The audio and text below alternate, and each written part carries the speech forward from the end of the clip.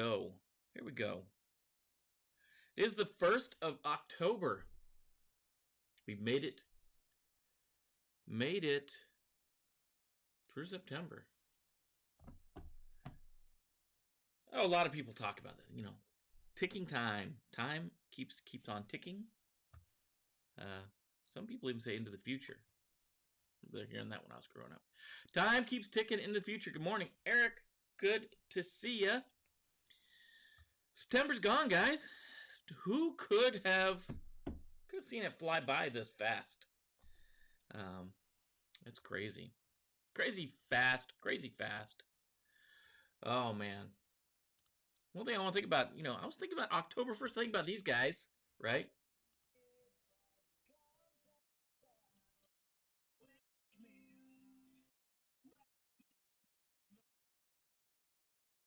But I can play. I can't play any more than that. That might even be too much for a copyright strike. I don't know.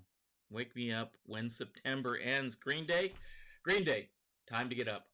Wake up, Green Day. It's time to go. Time to get to work, Green Day. September has ended. It's time to wake you up. Oh, what's going on in the news? Today, Anthem got zapped. They got to pay a fine. Telos has discovered vulnerability in NVIDIA drivers. Linkury, who could have suspected that an adware company would not be acting honorably. They got caught distributing malware, and that rounds it. Oh, and operational technology. Operational technology on the forefront today. Talking about, can we make a leap forward now that we're in this COVID-19 situation? Can we jump forward? Can we fix things that have been a problem in the past? Can we correct problems in OT that exist in the past? I say, can we fix IT problems at the same time? IT and OT corrections. Let's fix them. Let's get them corrected. Why not? Right? I don't know. Let's get them taken care of. Fixing OT, fixing IT. Got an article from Dark Reading. As you know, Dark Reading has made the show every day this week. Dark Reading. You got it going on, folks. Got it going on. Oh, that and your daily grind. What is going on with you guys? What's going on now that we're getting towards the end of the year? What's going on? We're moving into the fourth quarter. Government is moving into a new year, a brand new year. Government is so far ahead of us. They're already in 2021 today. Happy New Year's Day, U.S. government. New Year's Day for you. Fiscal year has started, and you're off and running to yet another year. See if you'll get a budget this year. So, got a lot of stuff going on. You tell me what you got to finish. Have you started new projects because it is the fiscal year for the government? Or are you just keep pushing that rock up the hill? What's your challenges? What's the goals? What's going to happen? How are you going to make security better? That's what I want to know. Let's throw the intro up here, and we'll be back to talk about the news.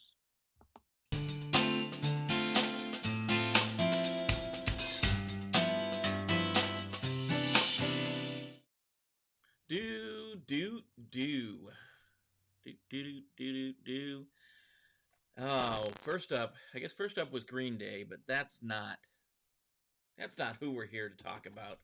We're talking about people doing stuff in security, people doing stuff around risk, people doing stuff in cyber. Or, as Anthem found out, if you don't do it, you know, it's probably going to come back to haunt you one way or another. In the age we're living in, a couple things are going to happen. One, you're going to have a breach. That may lead to all kinds of other things. Top of the list, obviously, right now is ransomware. That's one reason. Should be a good reason to secure your systems. Get things taken care of. Now, fix those problems you've had. Use ransomware as your banner if you've got to. Don't use, fear, uncertainty, and doubt. Go in there with the facts. Tell leadership we've got to fix things that are broken. If you've got problems in your organization, you need to fix them. Anthem Inc. Anthem Incorporated. It's a story by Reuters International. Anthem Incorporated said on Wednesday it would pay $39.5 million as part of a settlement with the U.S. state's attorney following investigation of a massive cyber attack at the company in 2015. This thing was huge, guys. Huge. And we'll talk about that, how big it was. Second largest U.S. health insurer said that a state-sponsored criminal group, we read that as APT, right?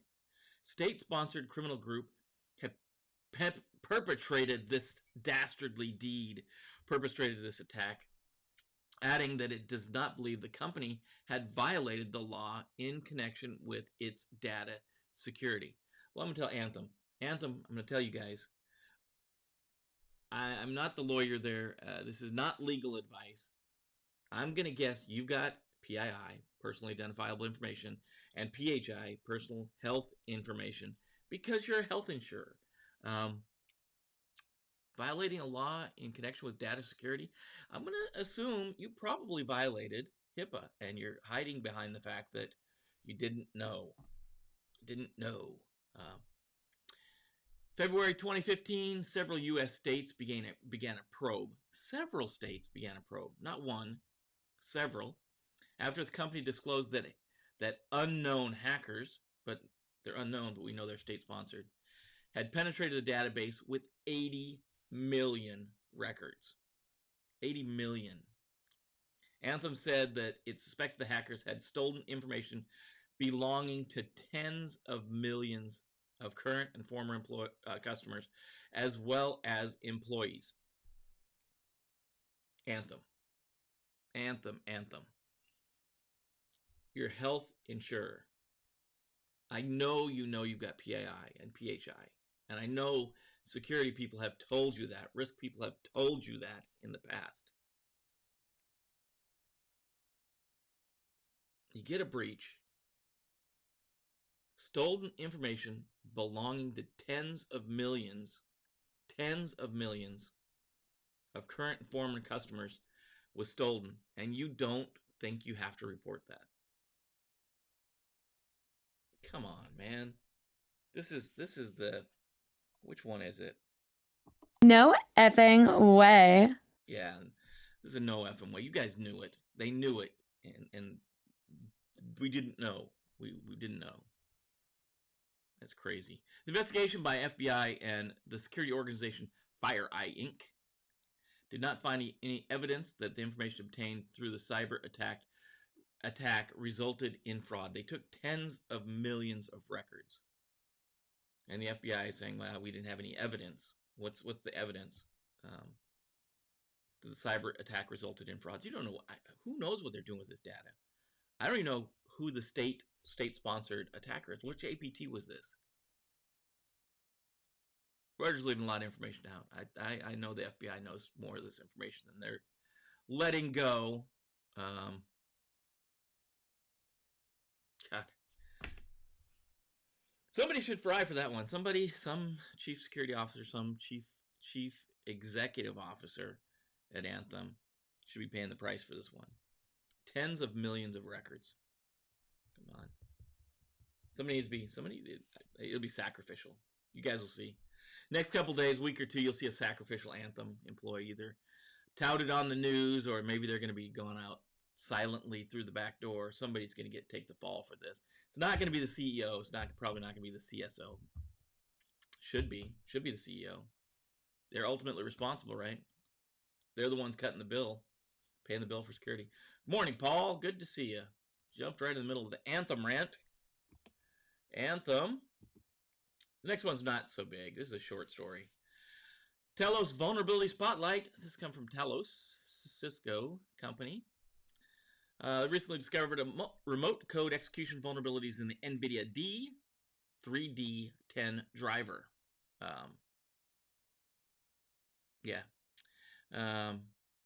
Supports multiple GPU in NVIDIA products.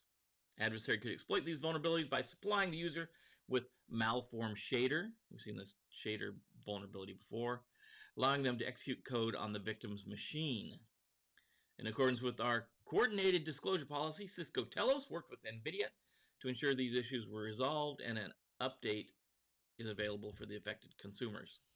This is CVE 2020-5981. Exploitable code execution vulnerability exists in the NVGW MOV functionality, MOV functionality, the NVIDIA D3D10 driver, and the version there, 42.50-26.21.14.4250. Attacker can use this vulnerability to guest to host escape. If you guys don't know what that means, that's a bad one. If they can get this one, if they can pull this one off, guest to host escape. That means if you're running your system as a virtual machine to avoid vulnerabilities on your main host machine, this vulnerability can be used to get out of that host and get to the underlying, or get out of that guest. Man, hold on a second. There we go. To get out of the guest and get to the host machine, a vulnerability that exploits a virtual machine escape through Hyper-V remote FX. So, breaking out of the virtual machine, we don't like that. Telos tested and confirmed the vulnerability affects the NVIDIA D3D10 driver, and I gave you the version. Big thing here, thing I wanted to point out with this one, and obviously NVIDIA's out there. NVIDIA's huge. They make a lot of graphics cards. Made a lot of GPUs for gamers. Big into that. Huge into the gamer world. If you're a gamer, you probably might. Chances are you have an NVIDIA card. They make some pretty good stuff. The question is, how many of you guys, guys being gender neutral, how many of you folks out there, we're patching our operating system, right? We scan and patch. We patch our applications, hopefully, scan and patch those things as well, including the stuff beyond Microsoft Office. I'm talking about patching other stuff like notorious things like Adobe Reader and its 55 versions you have installed on your computer. How often are you going out looking at the drivers? Are you updating your drivers? We talked yesterday about updating your hardware, your firmware, your stuff like that. If you can't update the hardware, update the firmware on it. Keep it up to date. Keep it as up to date as you can. Are you going in? Are you looking at your drivers? Are you looking at your drivers? That's software too, man. Drivers are software. They can have bugs in them, and this one does. This one has a pretty bad bug. Bad guys use these exploits to their advantage. So, first of all, you got to know you have an NVIDIA card on your computer. It might not be a card. It may be built into the motherboard. And then you've got to know that you're running this driver. And then you got to go update it. Probably not going to show up in a vulnerability scan unless you got a vulnerability scanner I don't know about. Maybe they are scanning drivers now. It'd be nice if they were. I know a lot of times the driver level doesn't get to the driver level, but I can see it being able to scan at that level. I don't see why not. Any vulnerability scanners out there? I haven't done vulnerability scanning in a long time. Can the vulnerability scanning detect a driver that needs to be patched? Tell me. Tell me in the show notes. Can you scan with Nessus? Can you scan with Qualys? Can you scan with whatever? iRetina. Can you scan and determine that your drivers are out of date?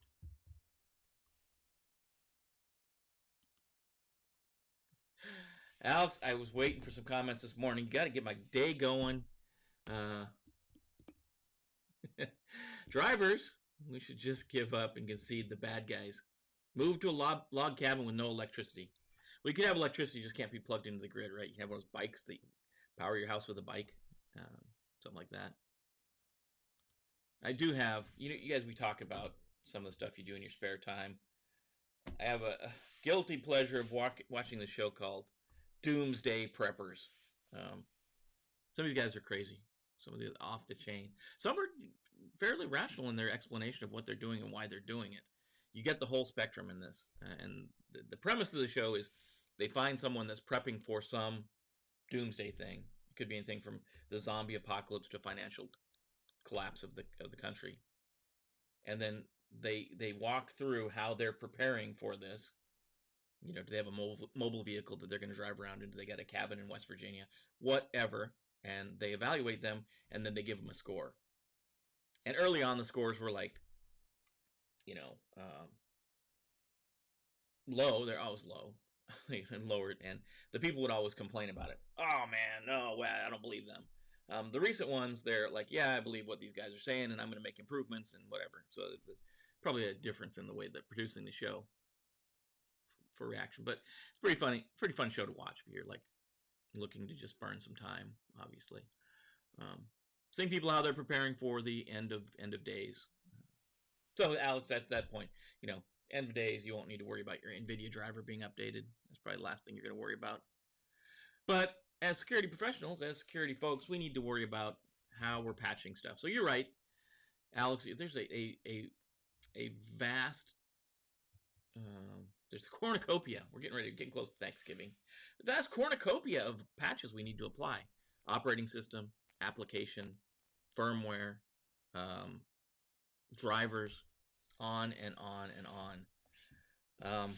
It's not an easy job. So how are you tackling this?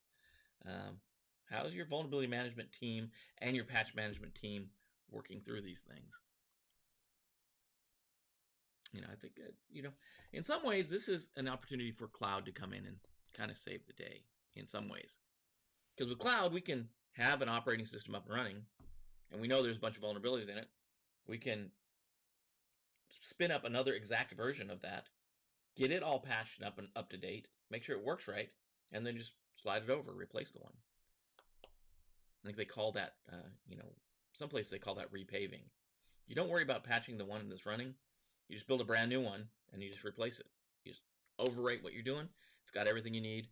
Lots of capabilities in the cloud. Lots of capabilities. That's for sure. These guys have lots of capabilities too, but it's on the dark side. Connect, interact, monetize. I should really put that monitor over there. It'll make a lot more sense when I look at it. The monitor there I look at makes me look like I'm not looking. Yeah, I can't. It's underneath stuff over there. I'm about to. It's a bigger issue than I thought it was going to be. Yeah. So Linkury. These guys, can you believe it? Linkury or Safe Finder installations links to infections with Scullers and K-Pot info stealer Trojans. Can you believe an adware company is not following the rules? So you guys are an adware company. They put, you know, when you go download something from the internet, there that button that pops up that says, hey, when you install this whatever, you're also going to get, you know, safe search or something, right? And you got to unclick that so you don't get the garbage installed on your computer. That's these guys. That's these guys right here. So an adware family known primarily for distributing power hijackers has been caught distributing full-blown malware. So some security researchers said in a talk to Virus Bulletin 2020, Virus Bulletin's 2020 security conference. It's a ZDNet story. What's dangerous about Linkury is how it uses the adware front as a gateway to propagate malware, said Arun Kamur, some malware analyst from the Indian security firm K7 Computing. You know how bad I am at pronouncing people's names, so I'm going to leave those alone. It walks a very fine line between typical adware and malware, and we have seen how it can switch sides based on geolocale. So where it's installed at can either be malware or it can be adware. Probably worried about laws in certain countries. Prior to K7's virus bulletin presented today, Linkury was primarily known as an adware operation. The widget is usually bundled with other free apps as a secondary installer or distributed via online ad redirects that redirects internet users to the Safe widget download page. Installing the Safe Finder extension would usually change the user's default browser search and home tab settings, but also install additional binaries based on the user's country. So, this is that. Y'all remember this. You remember it from the 90s and the early 2000s.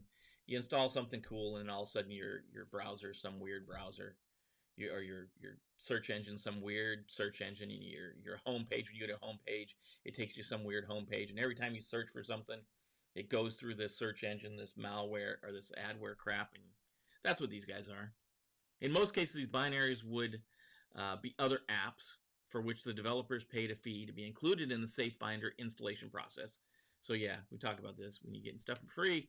When you get stuff for free, you're not getting stuff for free, guys.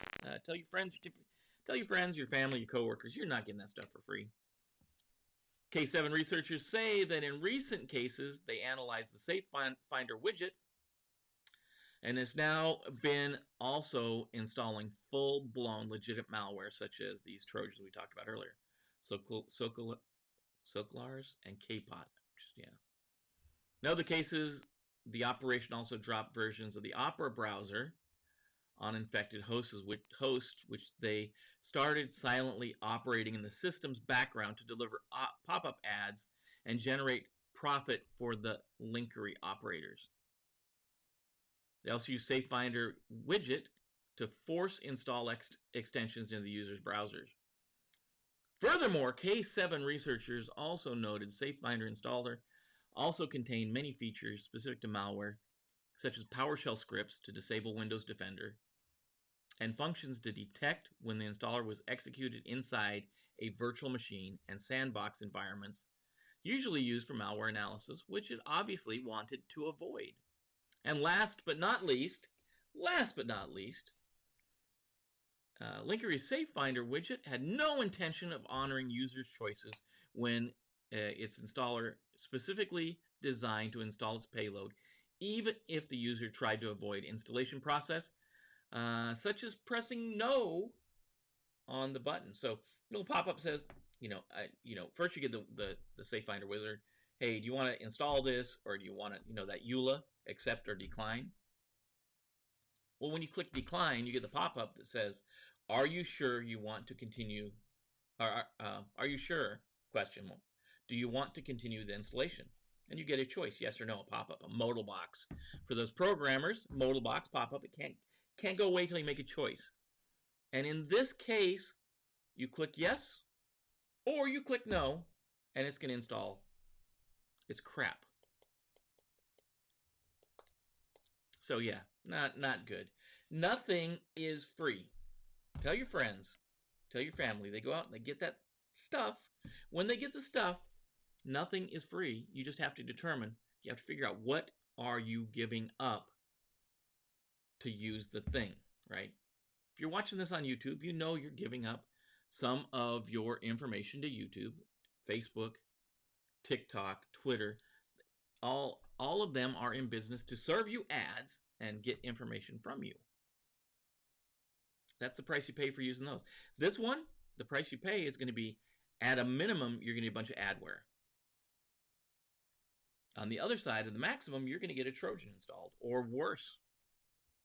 Who's to say, they're selling this service to other companies. Who's to say they don't sell it to someone who installs a helper file that's going to pull down ransomware? I'm not saying they're doing that. I'm just saying, why wouldn't they? Why couldn't they? Bad juju, man. Think about what you're doing. We've got to be critically thinking when we install stuff on our computers. What comes with it? Read the reviews. Read other people's reactions to using the thing.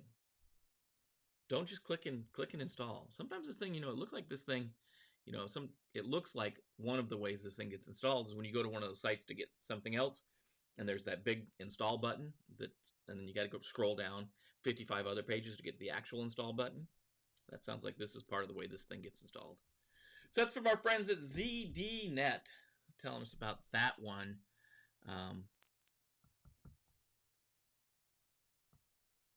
Yeah. So paper. So while cybersecurity companies like Malwarebytes, Microsoft, and Trend Micro are currently detecting Linkury operations as adware, so it'll show up as adware. These researchers argue the case for flagging it as malware is strong based on the evidence presented in their paper. If you go to our link in our show notes, the link in our show notes, the collective us, you can grab their paper and check it out. See what you think for yourself. Linkury. You sneaky guys, you sneaky fellas. And last on our list of things to talk about this morning, we talked about this before, OT versus IT. What is OT? In this case, we're not talking about IoT, Internet of Things. We're talking about operations technology or operational technology, depending on what school of thought you come from. This is our story from Dark Reading. Dark Reading's getting good, some good high points today or this week. So COVID-19 has changed the way we do a lot of things, right? This article, John Livingston put this thing together. Commentary. Crisis mode operators need to reduce on-site personnel, putting a greater strain on their limited resources at the plant, and requiring increase in external connectivity for those networks. At the same time, cases of ransomware and vulnerabilities associated with industrial control systems, or ICS, are growing rapidly. So when we talk about OT, we're talking about stuff like the shop floor. We're talking about those robots that make cars. We're talking about pharmaceutical robots. We're talking about robots that build things. We're talking about operations. Information technology is moving information around. It's dealing with reports. It's dealing with databases. It's dealing with, the processing of fund transfer, information. Operational technology or operations technology is making things generally. It's robots.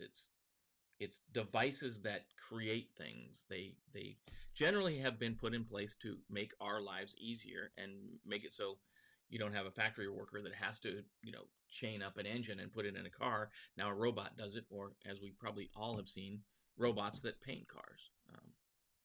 That's what OT is, right? And it's always been, if any of you, and I know there's a lot of people out here in the DMV area, or DC, Maryland, and Virginia, a lot of us out here have been around the intelligence community, the DoD, and some of the sensitive systems. They have a process called air gapping.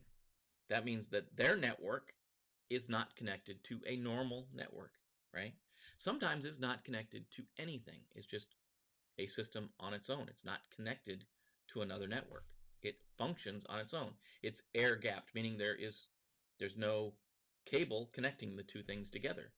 When you bring a document over, you have to air gap. You walk it over. You put it on some type of media, thumb drive, CD, something to move it from the normal IT network to the intelligence community network. You have to air gap it. That's the way these operational technology, these SCADA devices, these ICSs, these industrial systems, these OT networks used to be. They used to be air gapped. They were on their own network. Think about this in power plants and things like that.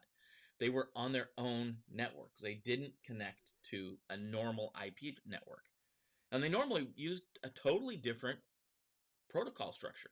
They didn't use the IP structure. They used a different structure. They used different technologies to work.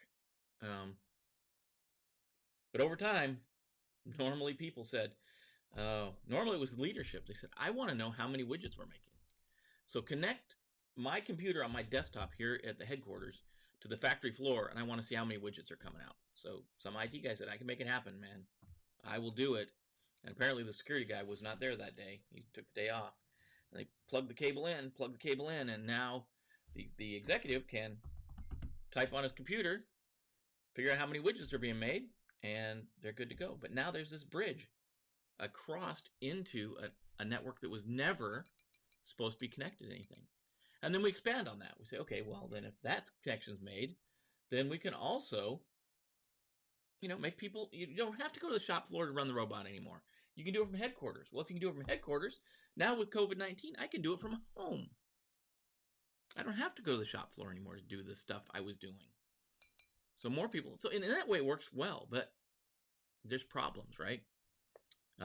Industrial control systems, ICS, and operations technology, OT, cybersecurity are well known. Sensitive devices, limited resources, risk to operation, and the oft-repeated question, why bother? If we aren't connected to the internet.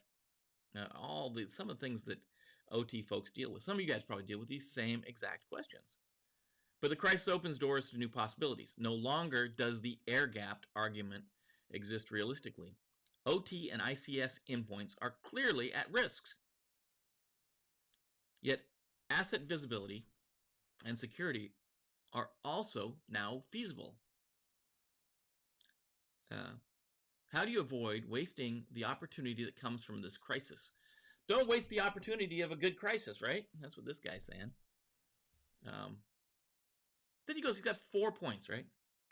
Below is a 4-step guide that security leaders can follow to significantly change the direction of OT security so that we can emerge from this pandemic. Entire systems will now be more secure and efficient. Process will be created to keep them that way. So he's saying, hey, if we're going to be in this situation anyways, let's take this chance to fix the problems we have, right? So first step is don't settle. Don't settle for the near-term fix, right? And it's one thing is like, near-term fix is secure remote access, which is a fix, right? We want to provide secure remote access. Over the past 6 months, the demand for these solutions has doubled within its client base. However, secure remote access alone is not sufficient. So he's saying, okay, we can get, that's part of the thing. We can fix it. That's part of what we need to fix. Achieving security requires perimeter protection, but endpoint protections within the perimeter are also critical. Patching, user and account management, software and configuration management, all these things are necessary parts of securing the industrial environment. The crisis offers an opportunity for security leaders to break through the former reaction of we're not connected and push to apply more comprehensive security management across the OT environment. Yeah, use this to not only tell them, hey, we can have a secure remote connection, but hey, we also need to do these other things to make sure the environment is secure. Step 2, leverage security to enable business operational outcomes. It goes on to say, usually an agonizingly slow process, COVID-19 has caused a 5 to 10 year acceleration in the pace of remote plant support. However, many technologies and security initiatives required to safely enable the shift have yet to be implemented. Now is the opportunity to help deliver business outcomes and increase security maturity simultaneously. Many ways that foundational elements of security management can improve the efficiency and reliability of plant operations. 2 examples include centralized asset visibility and automated security management, right? So stuff we've done, stuff we've fought with, stuff people are still fighting with in the IT world is know what you've got, centralized asset visibility. We fight this, and when I was doing consulting, many times I'd go to an organization and say, okay, where's your list of hardware and software? Where is the list of things you have? And that's, if you look at the SAN, it's the CIS now, the SAN's top 20, number 1 is, have a accurate listing of your hardware. Number 2 is have an accurate listing of your software. Know your assets. Know where they're at. including, it's not included in that, but including your information assets. So have it centralized. We fight that. The story is I would go to a lot of places and they would say, here's my list of stuff, and then we do a scan of the network, and there would be 10% more out there that they didn't know about, or they just didn't know. We don't know what we've got, and hardware and software. So they're saying this is a problem on the OT side as well. Get a centralized one CMDB, configuration management database, have all your stuff in it, and then use automated security management. Automation can significantly improve operators' efficiency. They call it think globally, act locally approach. Action can be designed centrally with plant personnel controlling automation to ensure the actions only happen at the right time after the right sequence of testing. Our clients regularly said they have about 40% of labor having operator-controlled automation, accomplishing actions that normally take 4 weeks in a merely few hours. So build automation, build it at the enterprise level, but have it so it can be operated at the plant level, right? Step number 3, make on time step function increases to OT security. Conducting OT vulnerability assessments over the last decade, we have consistently discovered thousands of missing patches, insecurely configured assets, dozens of shared or dormant accounts, unused or risky ports and services. In every case, the one-time cleanup is needed to create a step change improvement and create a new baseline in security maturity. Now is a great time to reset that.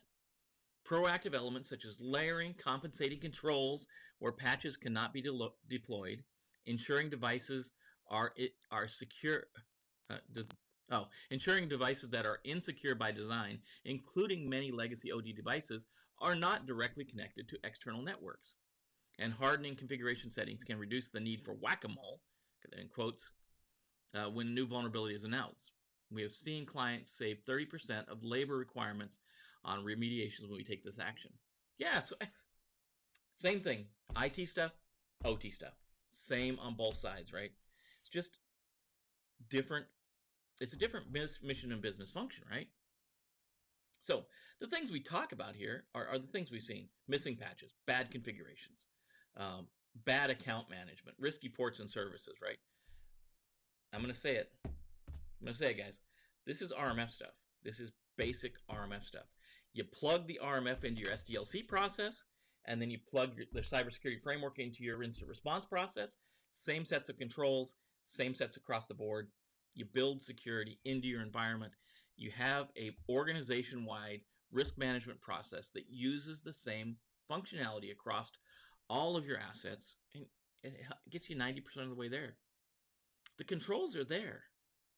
Come on, folks, the controls are there. Just got to put them in place. You got to think about engineering the solution right. Step 4, bring OT personnel onto security teams. Industrial companies also have the opportunity to reshape security leadership, especially as remote work has perhaps freed up some of the plant responsibility of OT personnel. Our industrial clients have seen great success in shifting OT heads into cybersecurity leadership roles. For example, the OT leader of a Fortune 500 client, who is now the head of cybersecurity architecture across both IT and OT, brought unique perspective to the problem and developed truly creative solutions, achieving efficient and effective security through combined IT-OT management. You kind of lose me on this last one, guy. You lose me. I see your point of bringing OT people in to advise the security team. I've seen this go horribly wrong. When I first got out of the Army, I went to work for a company that was they don't exist anymore, so I don't mind talking about them. They were a brokerage house, a financial service company. And they grew so fast, the IT portion expanded so fast, they didn't have leadership for the IT team. Now, obviously, we're not talking OT, we're talking IT, same thing. So they took a bunch of managers from the finance side, brokers, stockbrokers. They were leaders on the stockbroker side. They're great leaders on the stockbroker side. They pulled them out of that environment. They dropped them in the IT environment. They said, now lead these big IT teams. And they couldn't do it because they didn't understand all the different pieces that have to go together. They didn't understand the basics of IT. I think, you pull an OT guy out, even if he's a leader, even as a senior leader on the OT side, and you drop him into cybersecurity, how is, especially what they say,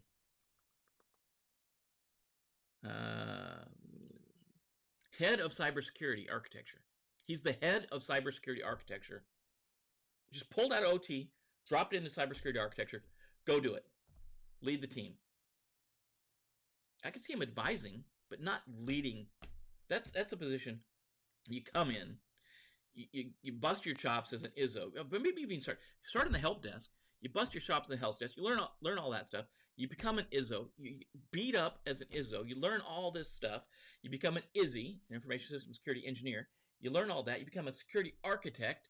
And then finally, after 15, 20 years of being in IT and 13 years of being in security, understanding security architect, how things hook together, how different things have to work to be secure, and now you're going to be the head of cybersecurity architecture. And they bring this guy from outside that knows nothing about security, and they drop him in the head of cybersecurity and architecture, not only on OT, but on IT environments as well. I think that's a recipe for disaster. What's this guy's name? John Livingston. I'm going to call you out on that one, man. That's a bad move. That number 4, bring OT personnel into security teams. I see bringing them in as, come in, tell us more about OT, how OT works.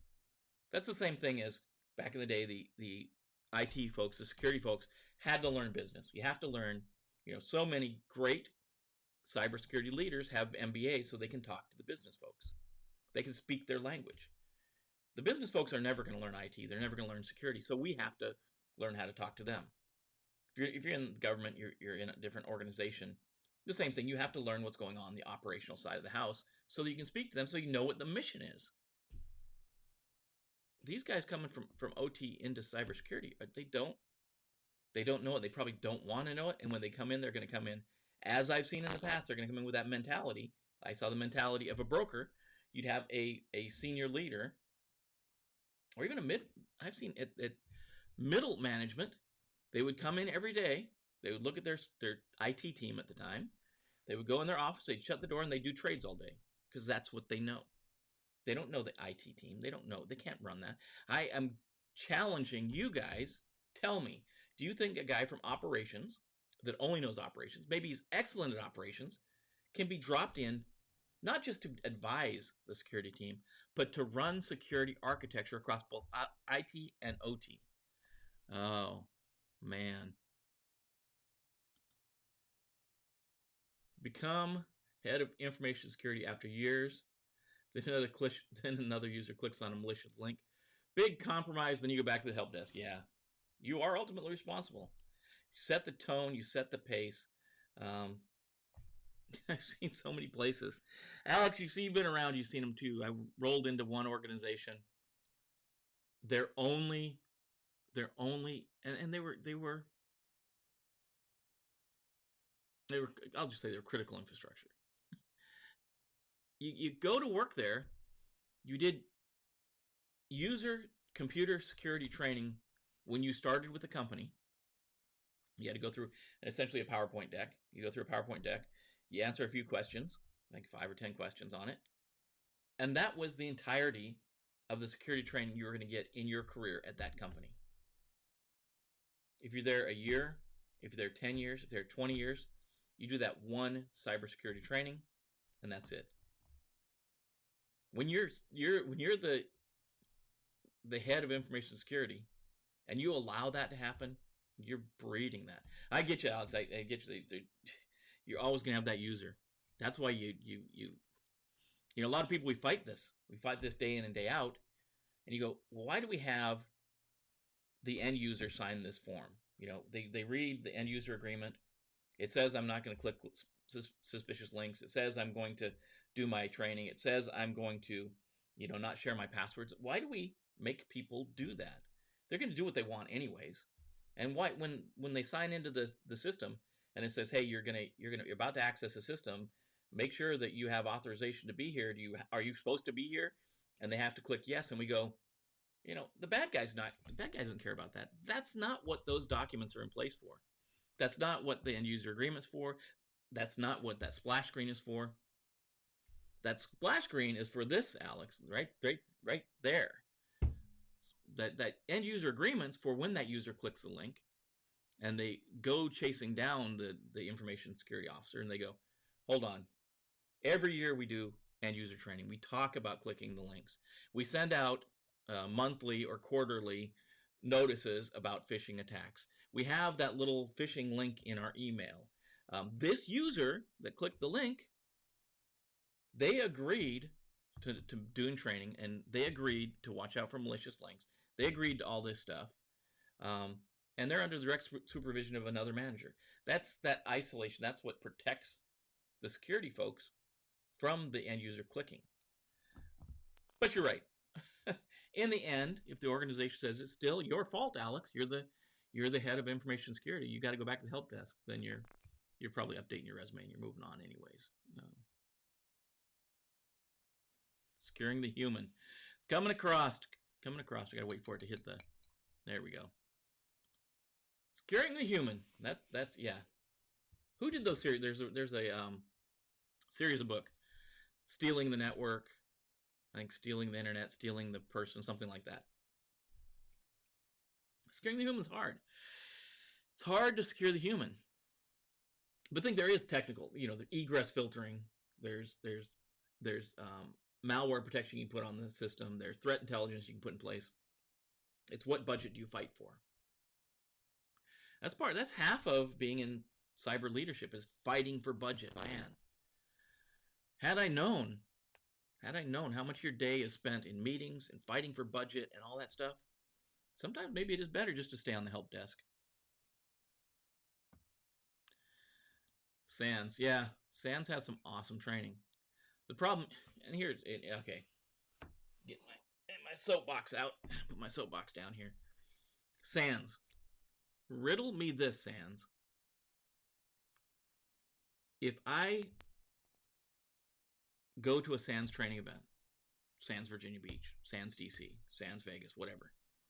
If I go there and I go to a classroom that you had to pay for, and I listen to that instructor that you had to pay to be there, and I pay $7,000 or $8,000 for that class, which is still staggering. SANS, your amount of money, and again, you're an org, you're non-profit or not for profit. $7,000. Okay. Well, at least okay. I'm in a week-long course. They got to pay this guy to be here. They got to pay for the room, all that stuff. Okay, I can kind of justify that. But you guys know, you and I know, they're SANS online. And SANS can take that same presentation, they record it while the guy's briefing it, take all the show note, the materials, they put them online, and then they offer it as SANS on demand. It's on the internet. So okay, I get it. You got to pay for the internet connection. You got to pay for data transfer. You got to pay to host it. I get all that. But that same course that I go to in person and the same course online on demand, they're both $7,000. I'm getting the disconnect. And Alex, I'm with you. SANS is probably some of the best training you'll get out there. I'll put it offensive security. I'll put up against it every day. OSCP, OSCE for $500 or $1,000. I think $1,000 now. You can get OSCP. That's with the labs and everything. I'll put that up against any SANS training, OSCP or OSCE, any training. But SANS is good. SANS is good. It's just, how can you say, you're nonprofit and not for profit, and general training is $3,000 to $5,000 a month or a week, and yours is $7,000, and if it's online, it's $7,000 as well. Not to mention the insider threat issues with end users. We should give up and concede to the bad guys. It's a fight, Alex. That's why we're here every morning. We're not dragging us down. This is what we fight for. We fight to get these things right, to fix these things, to have a common thread moving forward. Bill, I'd have to sell a kidney to do a SANS course. They are expensive, because think about it. I like, personally, given my schedule, back when I was younger, I used to love to go to the on-site courses, SANS courses on-site. They were awesome to go to. You're in a room of people, you get your laptop there, everybody's thinking the same way. Great instructor, has a ton of information. They put out some of the best information you're ever going to hear. You're in there and you're going for it. Now with my schedule, it's just easier to do the on-demand stuff, which you lose some of that. When you do on-demand, you obviously lose a little bit of that. They've got to make up for it somehow. They've got to make up for that. And I don't see it in their on-demand stuff. It is some of the best training. I would, if you don't have the money, I would do offensive security. They've got a bunch of stuff. Even if you're not going to go into pen testing, if you do the OSCP, essentially hacking with Kali, they cover so much stuff. If you're somebody on the blue team side, and you go in there, you take that course, you'd come out eyes wide open. You know so much more about what the attacker's doing, so that you can defend. It's a good course. It's a good course. It's a good course. And truth in, full disclosure, I will be, before the end of the year, in this quarter, I'll be taking both the SANS course and OSCP. Yeah. So, are there flexible? I don't know, Alex. I haven't ever looked in their flexible payment plans. Are they flexible? Is that in jest? Because I know a lot of times you're tongue in cheek. I've never actually seen their flexible payment plans. And I like this comment. SANS still cheaper than a week at Disney for a family of 5. Oh, yeah. Again, I'm not saying they don't have good training. SANS does have good training, but a lot of people have good training. But you got to train. You got to have that budget, and we start cutting when they start cutting the budget. This is some of the first things that go. Is your training budget? You got to train your people. That's the old saying. When they're fighting, the head of HR and the CEO are arguing over training, and the CEO says, "What if we train these people, and they get educated, and they go off and leave?" And the HR guy, it changed the people out, but HR says, "Well, what if we don't train them and they stay?" Which is a good question. Now you got unqualified people doing it. And even if they're the best qualified person when they come in the door, over a year, there's a whole new year of stuff, Now, I got a poll question for you folks, either in the comments below, or if you're listening live. I'd love to hear your comments live. What are your thoughts? What are you guys doing on, or what do you know? Maybe now I don't want to talk about your organization. If you're looking at container security, what are you doing for container security? Do you know container security? Is your organization moving towards containerization of applications in any way? And I don't want you to give away, obviously, any information anything you shouldn't talk about. But in general, do you see a move towards containers? Docker containers, Kubernetes, that kind of stuff. Are you moving to containerized apps for efficiency and for security? Great security can be offered in containerization. Let's see. Need to be some huge multinational like Cyber-Recon to send all your staff to SANS. I wish we were at that point. I'm just trying to get some information out to folks. That's it. Our budget is red usually. Well, yeah, our budget's been red. There's really no. But my big goal is get you guys all talking, sharing information, put out what I can to share with you guys.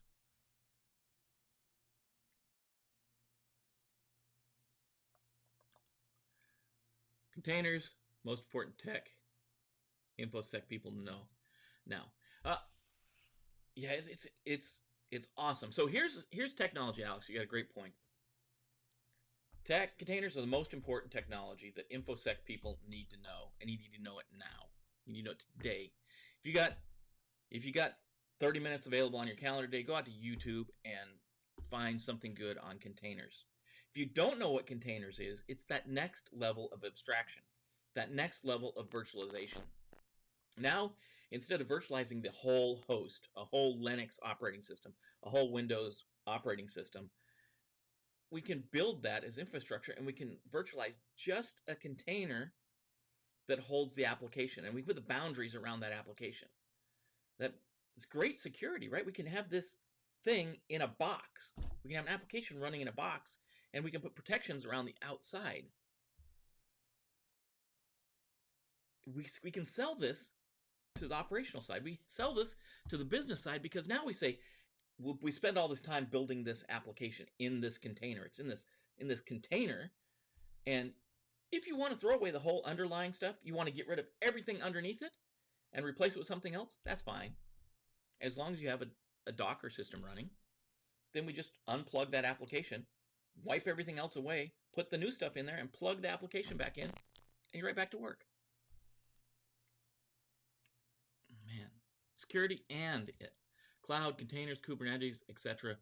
must know how. We just need a laundry list. Alex, I know there's a laundry list growing. The laundry list of stuff that you need to know to get to where we're at today. There's new people coming in, all the things you need to know. And then if you're working in security today, what's the stuff right now you need to know?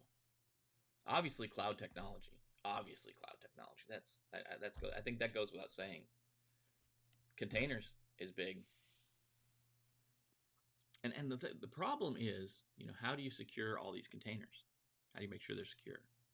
So if you go out and you look at something like CIS, the Center for Internet Security, they've got benchmarks. You can get a benchmark for these, or you can go out to DoD. If you're on DoD, you can get a STIG for Docker. We can secure Docker. So we secure Linux, then we secure Docker, and now all we're left is that container. And if we're following the model that, me hammer it again, if we're following the model that NIST has put together, we inherit those controls from those lower systems, right? We inherit the organizational controls, and now that we have this application in a container, we can say, from Linux, I'm going to get controls from the Linux operating system. I'm going to inherit those. I'm going to inherit some controls from the Docker, and then whatever's left is what I've got to implement. I mean, that's what I'm saying. But, folks, we're coming to the bottom of the hour. I know folks got to get off to work. I appreciate you spending your time here this morning. I do. We have to talk about our water cooler talk of the day. And you see this guy here, over there by the like and subscribe button. So if you haven't yet, hit that subscribe. That's a good chance to hit that. Hit the subscribe. Hit the bell to be notified when we go live. Share with your friends. Comment below. Like this video. All those things help me. But you guys need to know what day it is today. It's International Coffee Day. And you might be saying, hold on. You are full of crap. We just had Coffee Day the other day. And you're right. A couple days ago, on the 29th, we had National Coffee Day. This is International Coffee Day. If you want to know the difference between the two, I threw a link in the bottom, in the show notes below. You can go out and say, what is the difference? These articles called National Coffee Day versus International Coffee Day. What's the difference between these two things? What in the heck is going on? That article will tell you what the difference is. Yeah. October 1st. Always October 1st. Always October 1st.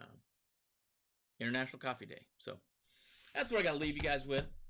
Bravos would tell you, go out and get some. I'm going to tell you, take care of your friends, your family, coworkers, and your organization. As always, we're here to take care of each other. This is a community of security, risk, and cyber people we're building. If you haven't joined our community, we'd love you. Love to have you in. We love to hear your input every morning, 7:30 East Coast time. We're back up on the podcast, so it's available on iTunes and all the other places you can download your audio tracks from. Download your MP3 if you want to listen to this without the video track, without being able to see this cup of Java over here. That's up to you, man. But glad you could be here this morning. Glad to see the crew here. Solid crew. We always have a standing group of people that always take time to be here and share their information. Sharing with the world. Sharing is caring, guys. So, till tomorrow morning, take care of your friends, your family, coworkers, your organization. Take care of each other. And we will see you bright and early tomorrow, 7:30 East Coast time, right here on YouTube, /cyber-recon for the news.